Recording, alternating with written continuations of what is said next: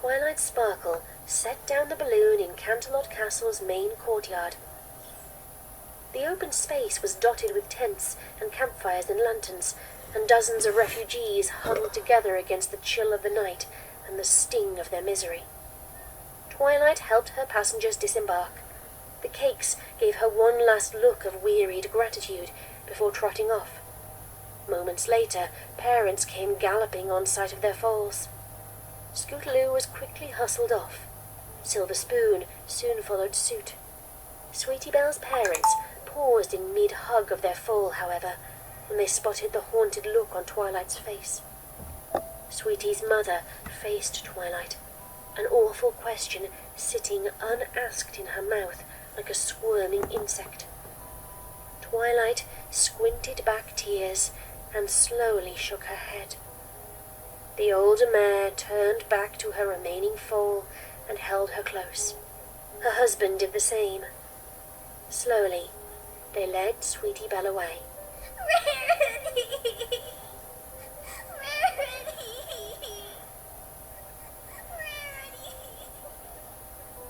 Apple Bloom sat and watched her friends make their apologies and get taken away one by one, her slouch and her frown deepening with every departure. By the time a cousin trotted up to see her, she had tipped over onto her side.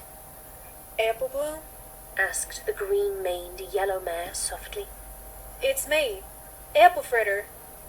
From the reunion, remember?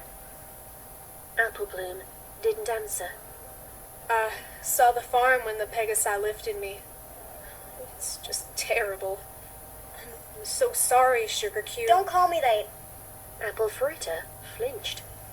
I'm sorry, sweetheart. My name is Apple Bloom. Not Sugar Cube, not Sweetheart, Apple Bloom. Apple Fritter shot Twilight a helpless look. Okay. Apple Bloom. A bunch of us have gathered up in a bushel over yonder. I reckon it'd be a good idea for you to come join your kin while Princess Twilight figures out what happens next. Twilight was trying to come up with something to say when a male voice sounded off to her right. Where did you get that? Where is she? Where's Diamond Tiara? A pale brown earth pony stallion, wearing a monogrammed bit symbol tie and saddlebags, stormed over and snatched the tiara from Apple Bloom's head with his mouth. He sat down and held the delicate metal loop in his front hooves.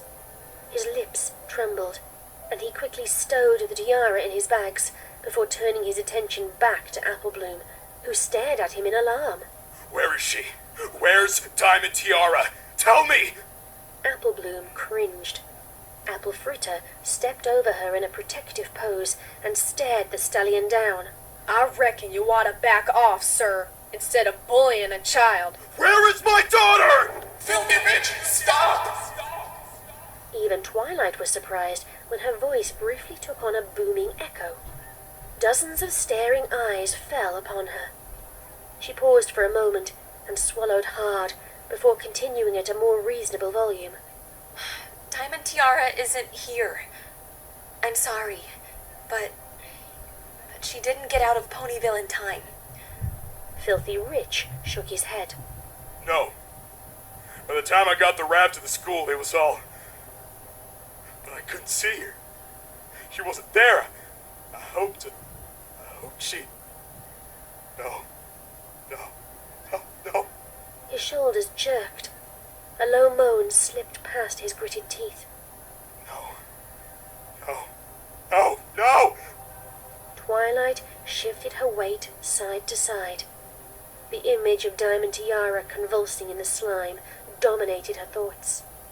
Filthy Rich choked on a sob. Please, no. Twilight reached out a hoof, but the stallion batted it away. He gave Twilight a bloodshot stare and scowled. You. He stepped closer to her, moving away from the apples.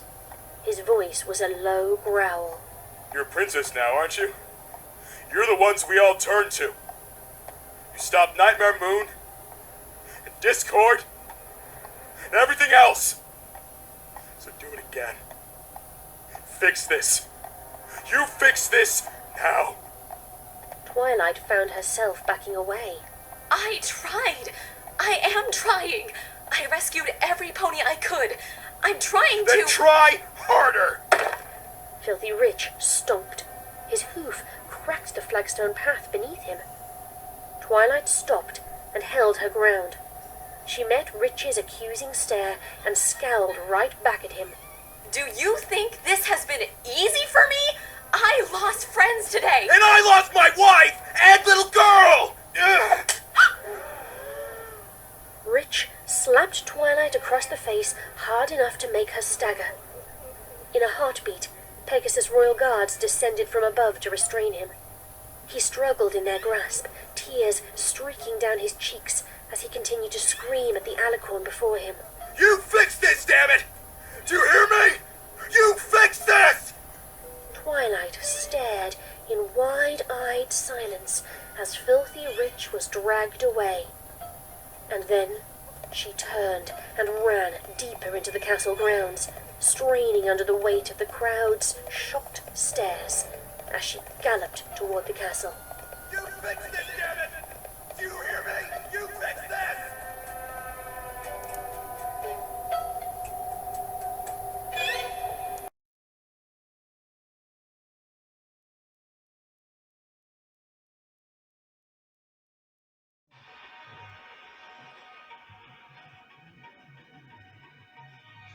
Approaching Nebula in space.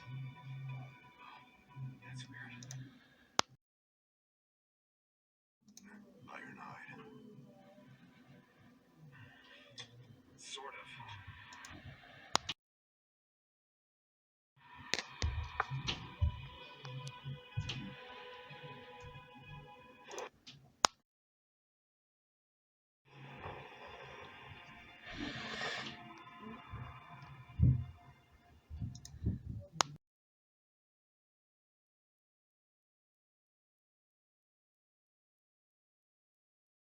How in the name of Prima did the station end up in that space bridge? 42% of Nebulon Station has traveled through the space bridge. 58% remains in this region of space.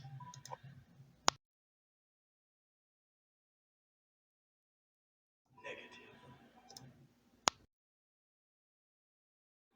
Trace amounts of energon are detected. There's no way we're getting through the space bridge with that thing in the way. Alpha Trion used to say, we are the only obstacle that blocks our way forward. Great philosophy, Optimus. But right now, that gigantic space station is in the way. Not us. He also used to say, sometimes you just have to blow Scrap up.